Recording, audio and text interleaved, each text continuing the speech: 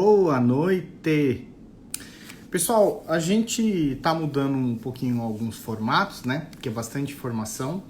E dentro dessas informações que a gente tem, a gente vai agora focar um pouquinho mais sobre inovação.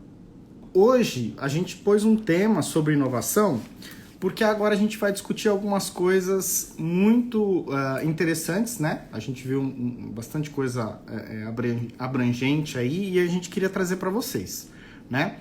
O mundo mudou quando a gente começou a ver algumas possibilidades, não só aqui dentro do Brasil, né?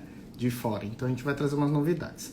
Aqui eu tenho alguns recados para a gente conversar. Então, semana passada eu queria agradecer todo mundo que participou do Webconai, né? A Ingrid lá tá fazendo um trabalho sensacional, espetacular, para você que precisa de informação da área, né? Ela conseguiu reunir bastante gente interessante, importante. Espero que tenha gostado da minha palestra rápida, né?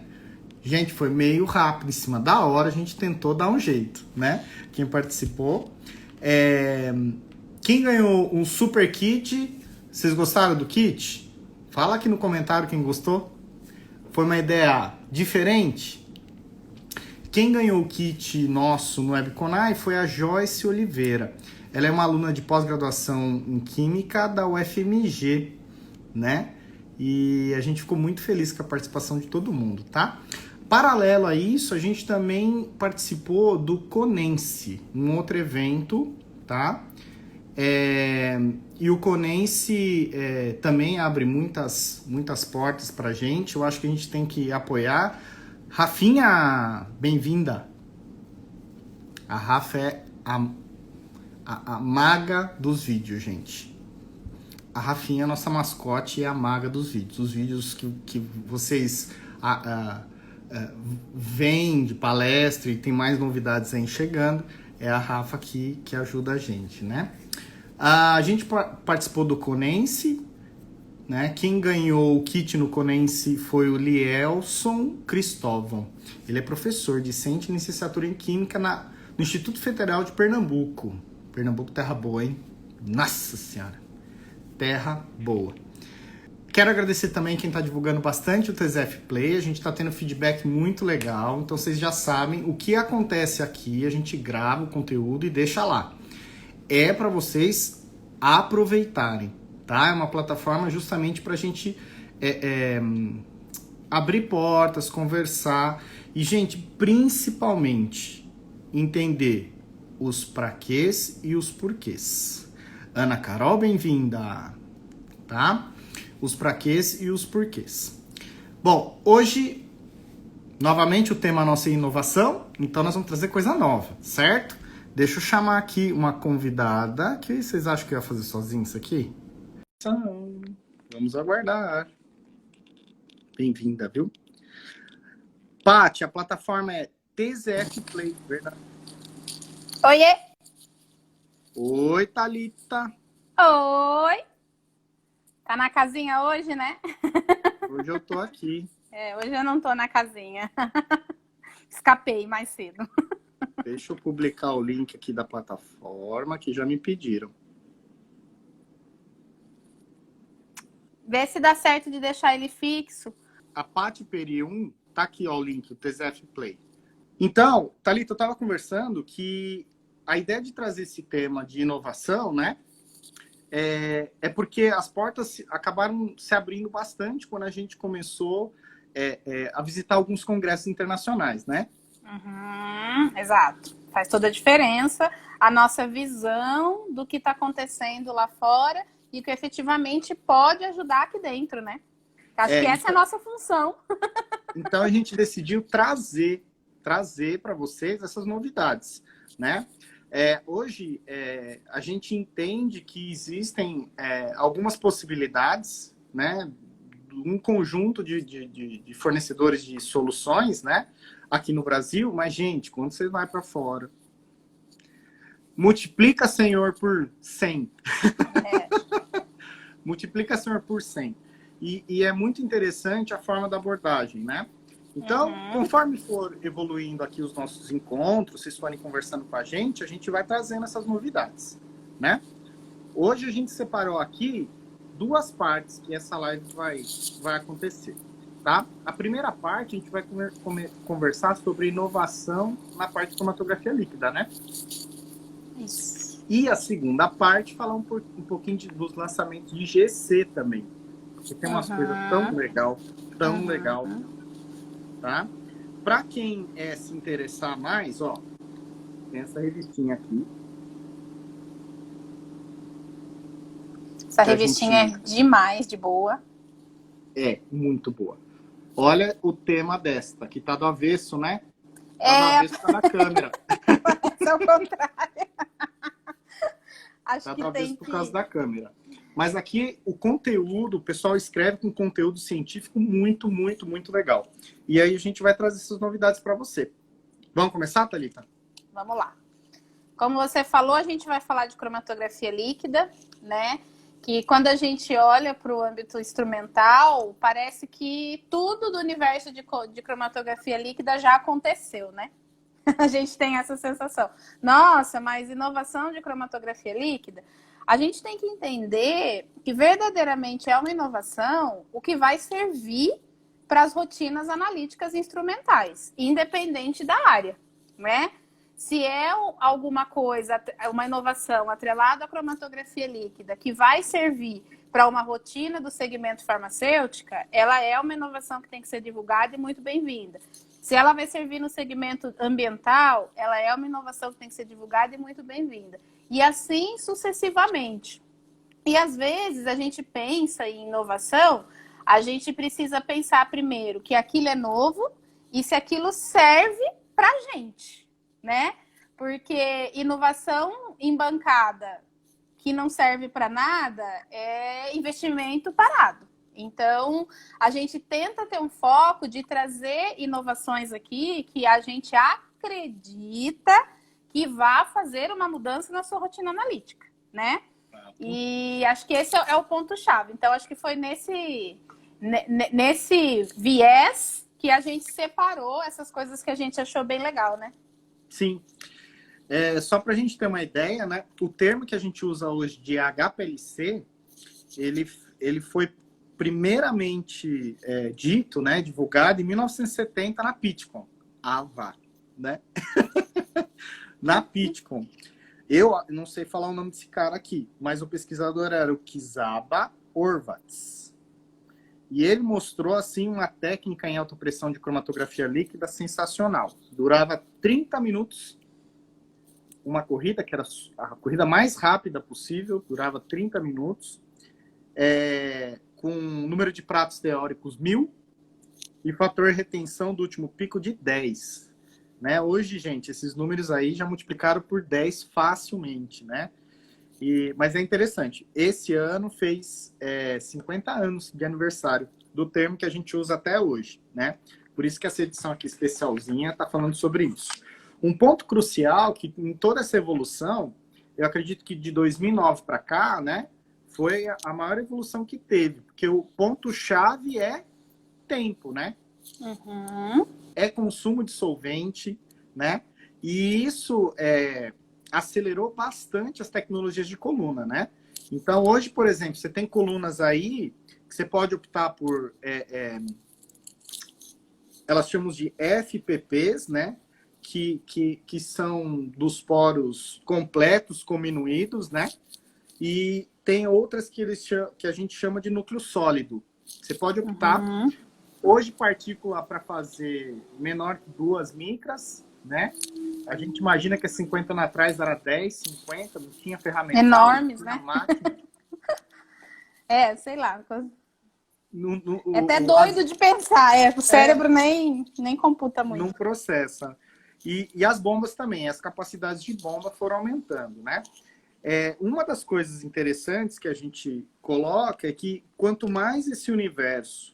Porque você tem escalas, né? Você tem a escala dos HPLCs de alta pressão, você tem as escalas do capilar e tem a escala do nano, né? Uhum. As escalas de capilar e nano ainda são mais limitadas em termos de fase estacionária e tal, são mais limitadas também para o uso, né? Agora, a parte de HPLC, ela é bem ampla, muito utilizada, digamos assim, né? E ela pode ser muito melhorada. Então, nesse artigo aqui, por exemplo, para vocês terem uma ideia, fala-se muito do volume de dispersão dos equipamentos atuais. E só ajustando o volume de dispersão, que aquela tubulaçãozinha, né, que sai da bomba, né, que ninguém liga, vai para a válvula, sai da coluna, vai para o detetor. Somente você ajustando, você já consegue reduzir com as tecnologias que tem hoje, uma corrida para 1 minuto. Gente, corrida de 1 minuto é vida. 1 minuto com uns 10 segundos para lavar, ciclo, 1 minuto. Isso só ajustando. No entanto, que esse artigo aqui, ele fala de um fabricante que está trabalhando num protótipo desse, tá? Ele usa uma coluna de 3 centímetros, bem pequena, praticamente uma pré-coluna, né? Nós tivemos um caso de uma cliente que ela tinha uma coluna de 50, ela achou que era uma coluna de guarda, com razão, né? Tão pequenininha que era, tá? Radassa, é sensacional isso aqui. É sonho mesmo. Enfim. Então, imagina que só mexendo nesse volume de dispersão, né?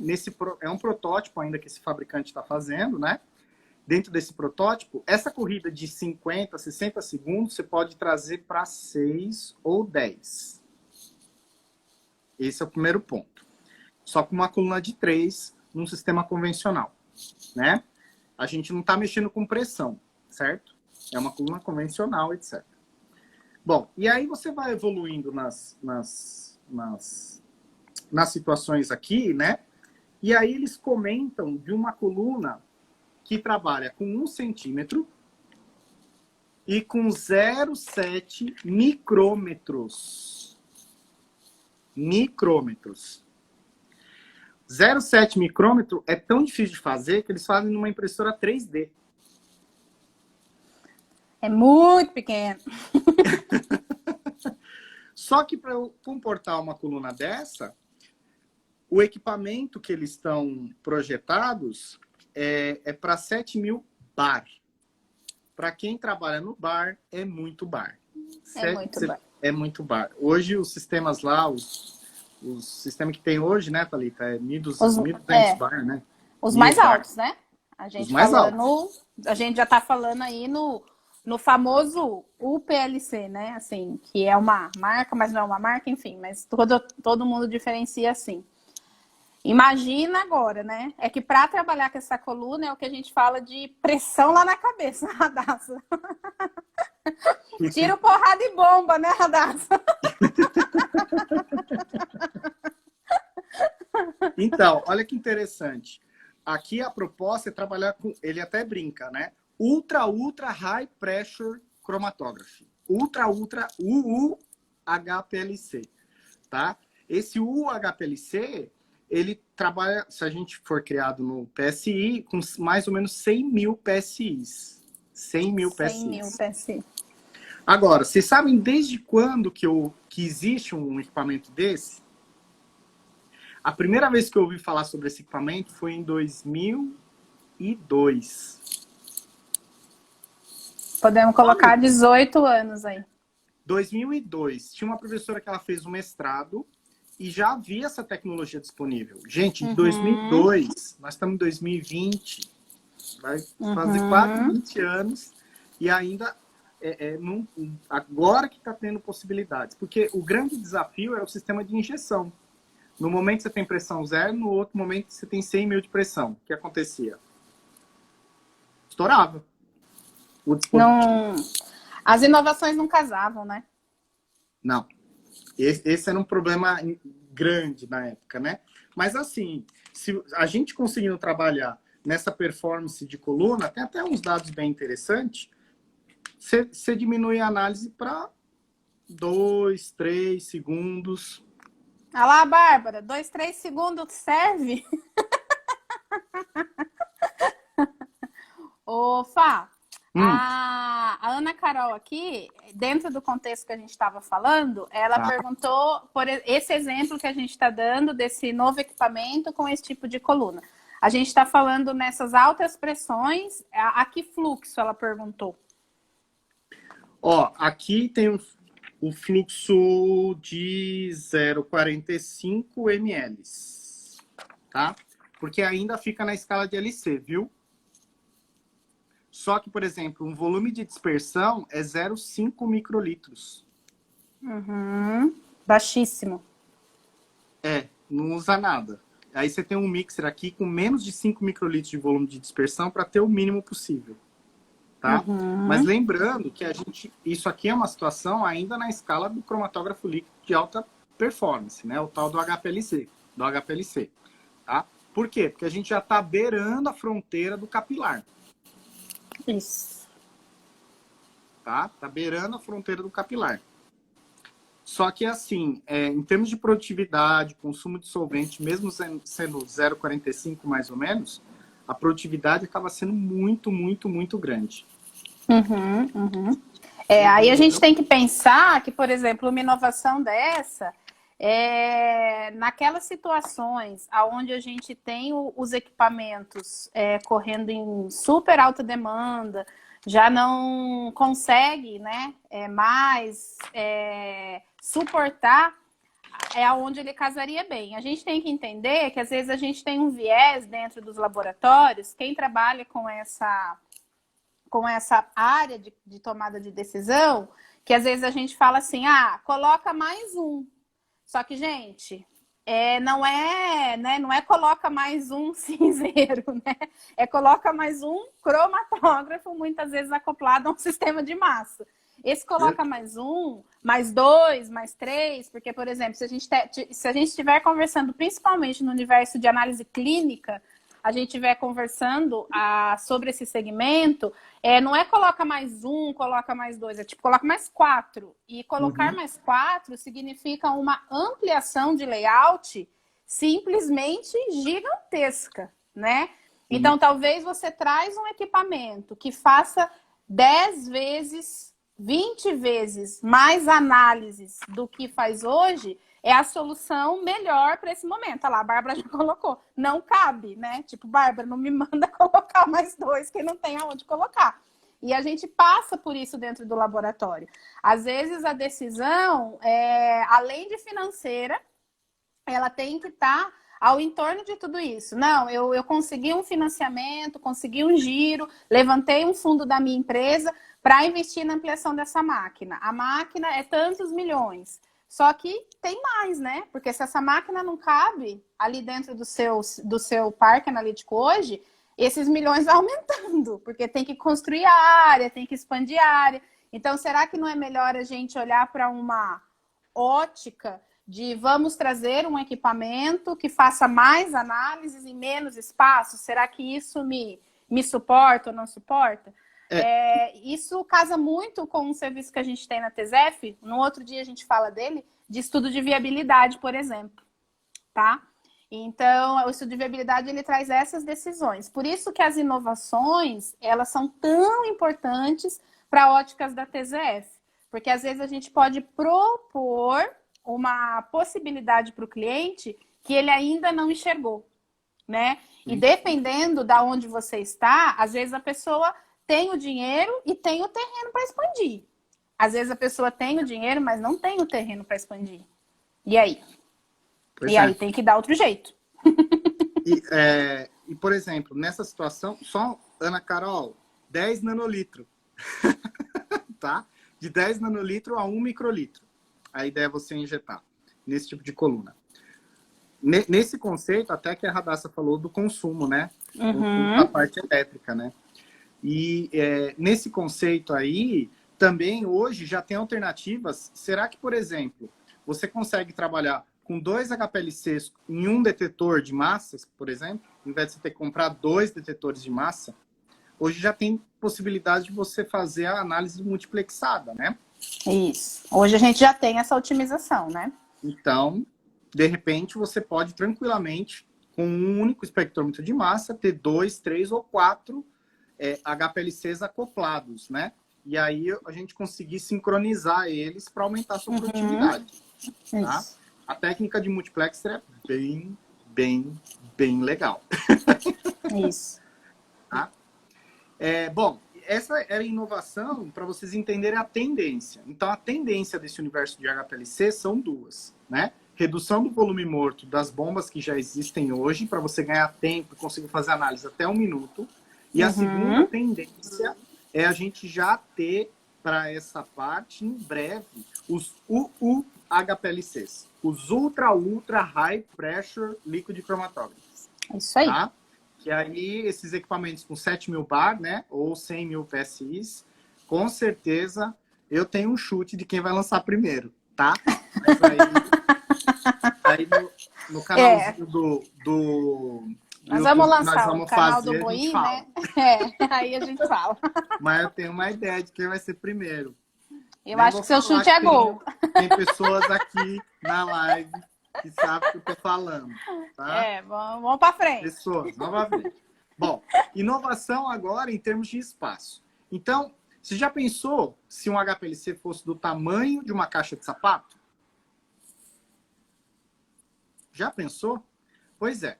Então, a segunda inovação que nós vamos trazer aqui é... Eu sigo um rapaz, ele chama Mike Collins. Mike Collins. Quem tiver LinkedIn aí, quiser seguir, o cara é muito legal. Ele traz uns vídeos bem interessantes.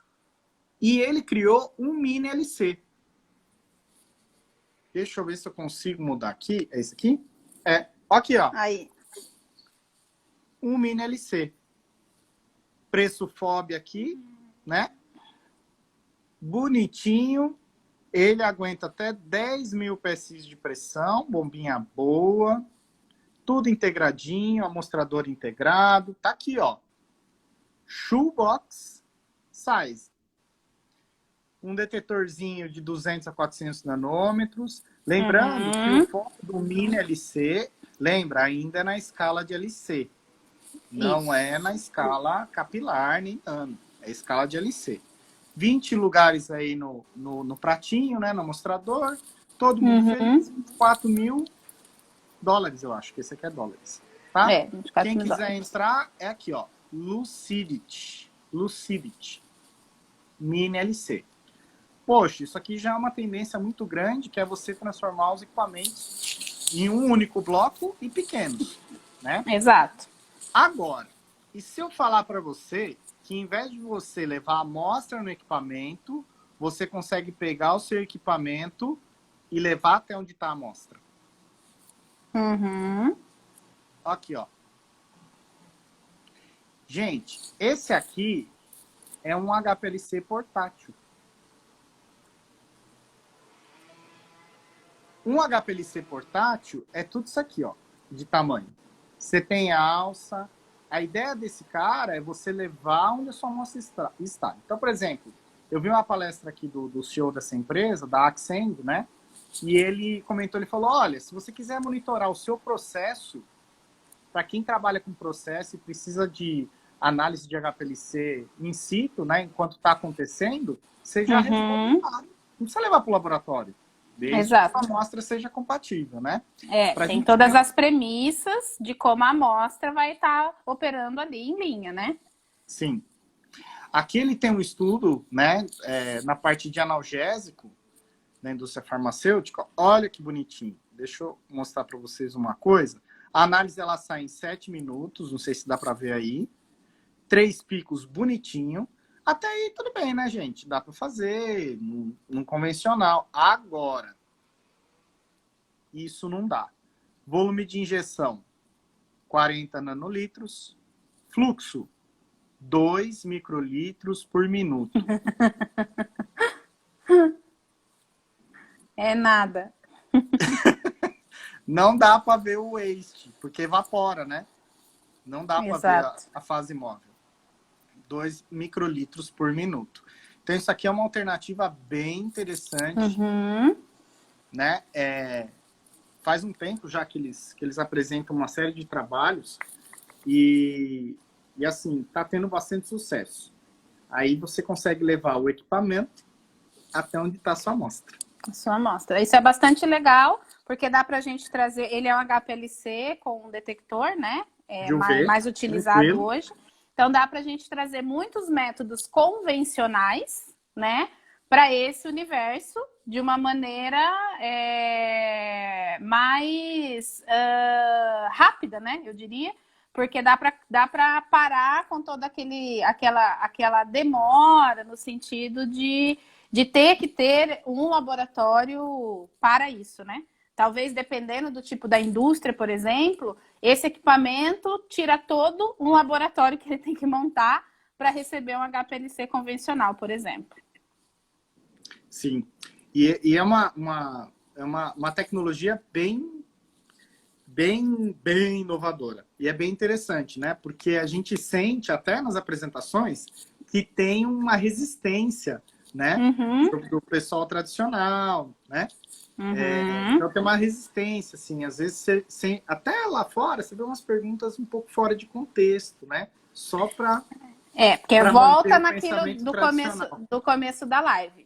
Precisa ver se essa inovação te atende. A gente tem que pensar que as inovações na química instrumental analítica, elas não precisam e não devem ser para todo mundo, né?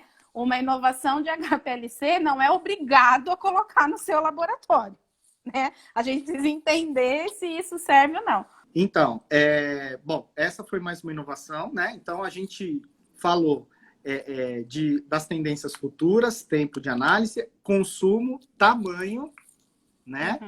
Multiplexação, possibilidade de multiplexar, né? Você conseguir com um detetor de alto investimento, conseguir fazer várias análises com vários HPLCs, né?